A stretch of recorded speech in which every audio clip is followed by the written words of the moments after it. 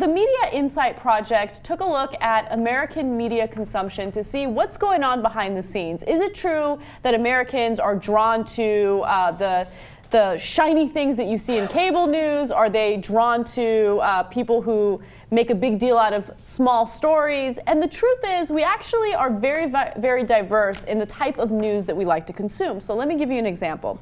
This survey found that 3/4 of Americans see or hear news daily. So they're actually more informed than we thought. 6 of 10 adults are under the age of 30. 9 in 10 people enjoy consuming the news. 6 in 10 people prefer it to come directly from a news organization. Yeah, they're still paying attention to news despite the fact that they're younger. And more than you would think. I mean, I think that the present opinion of millennials these days is that, oh, they don't care about anything, they're just interested in entertaining themselves to death. But this actually shows if that's 60% of people under the age of 30 are paying attention to the news daily, that's much more that I think is than most people realize. Yeah, I think that there is like this misconception that younger people, like millennials for instance, don't want to consume news that has to do with foreign policy or domestic policy, anything smart. You know, they want whatever you see right now on CNN or HLN. And I always find that really, really funny because they don't want that sensationalized content. They want real information, which is why Vice is kicking ass. Vice is kicking ass because they're covering real news in a really smart way that appeals to younger people. Yeah. What is Vice? Vice News is like a, it's like a... The HBO show. There's a show on HBO called Vice? Yes. Oh, okay. So they have like short documentaries. Some of them are as long as 30 minutes, but they do a really good job at like field reporting, basically, long form field reporting. And it's great because they cover topics that appeal to millennials and they don't do so in an inauthentic way. And this has now become a huge ad for Vice.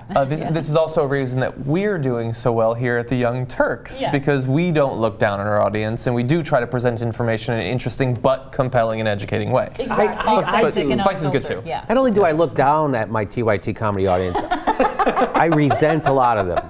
I'm like, you like me? What's wrong with you? That's how I feel, but I don't ever tell them that, and I would never say it on the show. So 60% of Americans say it's easier to keep up with news today than it was just 5 years ago. And that makes sense because, you know, there are different ways that you can consume news. There's social media, there's smartphones, absolutely. Newspaper. I'm surprised that people don't feel more overwhelmed with the 24-hour news cycle and all the different platforms that you can consume news from. But people do feel that it's easier, so that's good. And also 3 out of 4 young adults who carry cell phones use them to check the news. And that makes sense, but I will say that I'm kind of pissed off about that because you find so many news organizations optimizing their websites for mobile, which is great when you're on your mobile phone, but it really sucks when you're trying to get more information and the sites are buggy, they don't work as well when you get them on a larger screen. So yeah, that kind of bugs me because I like to see other information that's on the web page and not just the one thing they want to show me. Yeah, so let's discuss that because one of the biggest issues I have with media right now is how things have turned into either short summaries of big stories or they've turned into lists. So I love BuzzFeed, I love Thought Catalog. I look at those websites when I want to have a good time and just consume like little bits and pieces of information.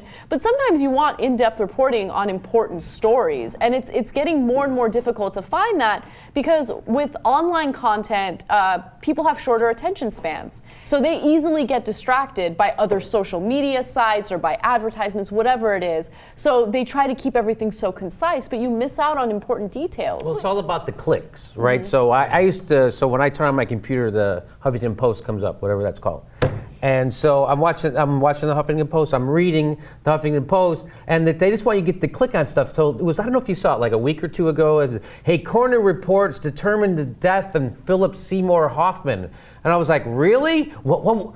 Was it a slip and fall? How did he die? What was it exactly? It's like, that's why you go, oh, really? We all know how he died. So I don't know about how you feel about the Huffington Post. I used to like him, but now they got bought by who they got bought, AOL. And now it's just like, I want to read news, and it's just like, hey, Kim Kardashian's got a new ass picture. Hey, look, it's Side Boob Tuesday. Hey, it's like, I cannot go to Huffington Post.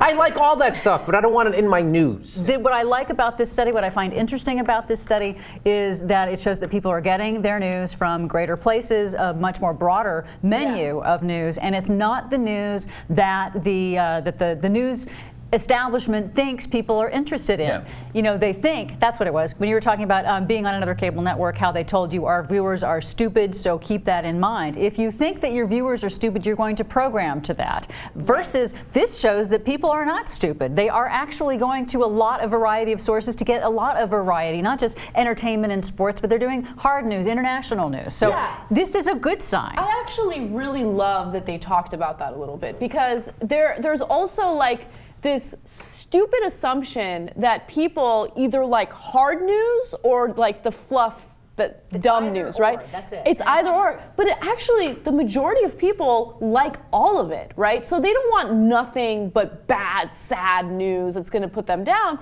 They want something to spice things up and maybe like look forward to something. Maybe there's something a little salacious, something that's maybe not hard politics, but it's also interesting information. And we do that at the Young Turks. And then we do have people who are extremists in one way or another. They just want the politics or they just want the entertainment news. And it's like, yeah, those people are actually on the fringes. The majority of people want a little taste of everything. Yeah. And by the way, to those people who complain, they're like, oh my God, the Young Turks is starting to do X. No, whatever X is, the Young Turks has been doing X for 10 years. They've been doing entertainment stories since the beginning. It's not a new thing, a new invention for YouTube. Actually, look at the second hour from like 2007. We used to cover so much more serious. Yeah, we used to do a segment called Guess the Camel Toe. If you guys search that on YouTube, I'm not even kidding. I would like to bring that back personally. I think that would be fun. He does want to bring that back. I talk about it from time to time. If you search for that on YouTube, it's like not my proudest moment. We'll make it serious, like guess the like Russian politician camel toe or something like that.